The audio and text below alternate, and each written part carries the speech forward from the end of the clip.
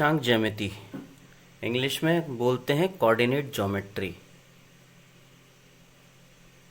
Division formula 10th class का formula है ये।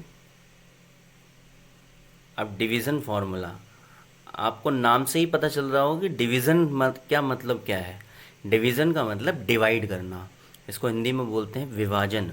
फार्मूला सूत्र। डिवीज़न दो तरीके का होता है, एक इंटरनल डिवीज़न और एक एक्सटर्नल डिवीज़न। देखेंगे इंटरनल डिवीज़न क्या होता है और एक्सटर्नल डिवीज़न क्या होता है। इंटरनल डिवीज़न, हम इंटरनल डिवीज़न कर किस चीज़ कर रहे हैं। 10th में 2 पॉइंट हैं, उनके बीच की डिस्टेंस निकालना ही है। तो 2 पॉइंट के बीच में एक लाइन आएगी, उस लाइन का ही इंटरनल डिवीज़न होगा और उसी का एक्सटर्नल डिवीज़न होगा। 10th में यही है। जैसे एक पॉइंट P है जिसको मैंने x1 y1 ले लिया, और एक Q है जिसको x2 y2 बोल दिया।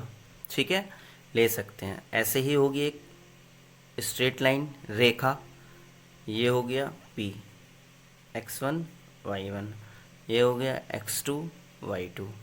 ठीक है, अब मुझे क्या करना है कि इसी को कोई पॉइंट कहीं पे भी इनके बीच में कहीं पे भी हो, यहाँ पे भी हो सकता है, यहाँ पे भी, इनके बीच में होना चाहिए, तभी तो इसको बोलेंगे इंटरनल। मैं अभी बता रहा हूँ कि इंटरनल डिवीज़न होता क्या है, फिर बताऊँगा इसका फॉर्मूला। ठीक, 10th में 2 पॉइंट होते हैं, 2 पॉइंट से मिलकर एक लाइन बनती है। उन्हीं के बीच में मैं क्या कर रहा हूँ कि इस लाइन पे कोई भी पॉइंट है, कहीं पे भी हो सकता है। ठीक, मुझे उस पॉइंट के कोऑर्डिनेट्स निकालने हैं। ये आ गया, मान लिया ये पॉइंट यहाँ पे है, इसके कोऑर्डिनेट क्या ले लिए, x, y है। ठीक, इसी को बोलेंगे इंटरनल डिवीज़न। फॉर्मूला भी आते हैं। इंटरनल डिवीज़न, इन दोनों के बीच में कहीं पे एक पॉइंट होगा, वो इनको डिफरेंट डिवाइड कर रहा होगा। लेट, अगर ये पॉइंट ये है तो यहाँ से और यहाँ तक की डिस्टेंस हो गई m1 और यहाँ से यहाँ तक की हो गई m2। समझ गए, ये इंटरनल डिवीज़न। अब आते हैं एक्सटर्नल डिवीज़न कि एक्सटर्नल डिवीज़न क्या होता है।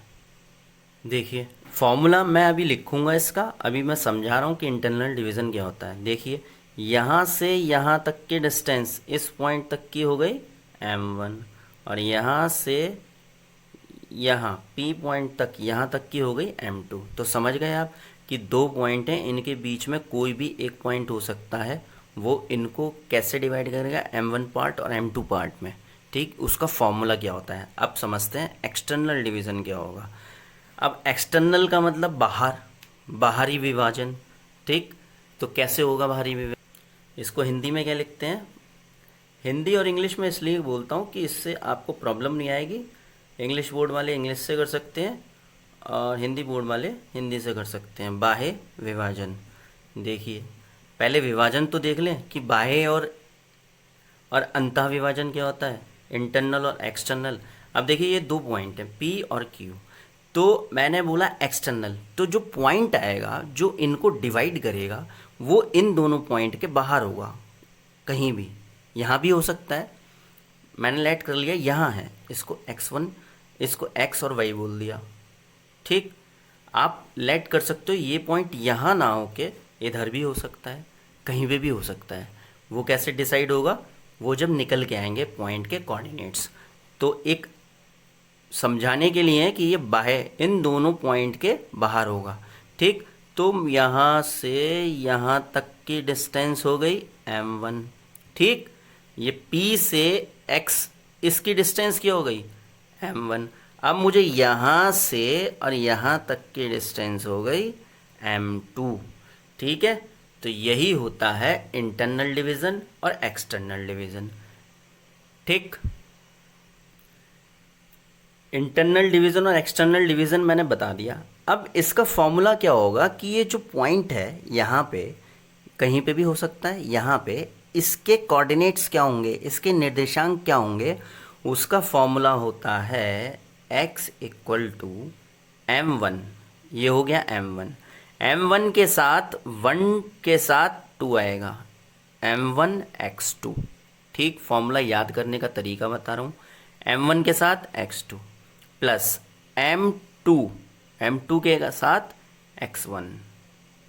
ठीक, कैसे चलेगा? 1 के साथ 2 और 2 के साथ 1 और नीचे m1 प्लस m2।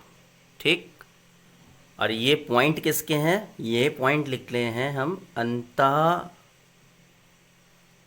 विभाजित बिंदु।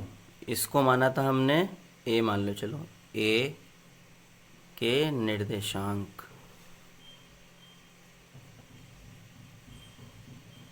ठीक, x ये आ गया। अभी एक और चाहिए मुझे, क्या चाहिए?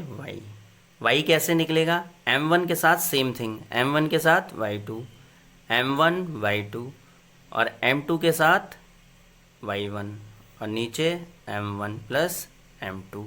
ये याद रखने का तरीका है कि 1 के साथ 2 आएगा और 2 के साथ 1 आएगा। ऐसे ही इसमें 1 के साथ 2 आएगा, 2 के साथ 1 आएगा। ये हो गए अंतःविभाजित। अब एक्सटर्नल डिवीज़न में, बाह्य विभाजन में क्या कर देंगे? बस बीच में माइनस लग जाएगा। देखिए कैसे, देखिए ऐसे होता है। ये पॉइंट 2 हैं, 2 पॉइंट ये हो गए। इसे r जो है बाहर से एक्सटर्नल डिवाइड कर रहा है, तो ये फॉर्मूला किसका बन गया? एक्सटर्नल डिवीज़न का। ठीक है, इसको बोलेंगे एक्सटर्नल डिवीज़न, बाह्य, हिंदी में बाह्य विभाजन। ठीक, एक्सटर्नल डिवीज़न बन गया। यहाँ से यहाँ तक की डिस्टेंस हो गई m1 और ये यहाँ से यहाँ तक की डिस्टेंस मैंने लेट कर ली m2। ठीक है, अब इसका फॉर्मूला मैंने बताया कि बिंदु R,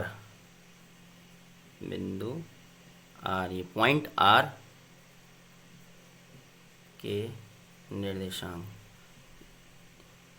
ये यूपी बोर्ड वालों के लिए बहुत प्रॉफिटेबल है क्योंकि सब हिंदी में चल रहा है, लेकिन सीबीएसई बोर्ड, इंग्लिश बोर्ड वाले इसको आराम से कर सकते हैं। आर के निर्देशांक, फर्स्ट पॉइंट x आएगा, ऐसे लिखेंगे आर के निर्देशांक। कोऑर्डिनेट्स, निर्देशांक मतलब इंग्लिश में कोऑर्डिनेट्स, क्या बोलते हैं इसको? कोऑर्डिनेट। आर के कोऑर्डिनेट ये होंगे। अब मैंने बताया x के साथ, m1 के साथ क्या आएगा? 2 वाला m1, यहाँ x के कोऑर्डिनेट निकालता हूँ, m1 x2 माइनस, ये बाहर से एक्सटर्नल डिवाइड कर रहा है इसलिए बीच में माइनस आया, m2 x1 अपॉन नीचे भी m1 माइनस m2। m1 और m2 मैंने बता दिया कहाँ से कहाँ तक की डिस्टेंस है। अब नेक्स्ट y में भी सेम, m1 के साथ y2 और m2 के साथ y1 और नीचे m1 माइनस m2। ये तो मैंने आपको फॉर्मूला जो होता है, कैसे होता है, तरीका क्या होता है, ये बता दिया है। अगर आप प्रूफ कहोगे तो प्रूफ भी समझाया जाएगा। अभी इतना ही देखिए, m1 x2 minus m2 x1, 1 के साथ 2, 2 के साथ 1, नीचे 1 और 2। ऐसे ही y के m1 y2 और m2 y1 और नीचे m1 माइनस m2।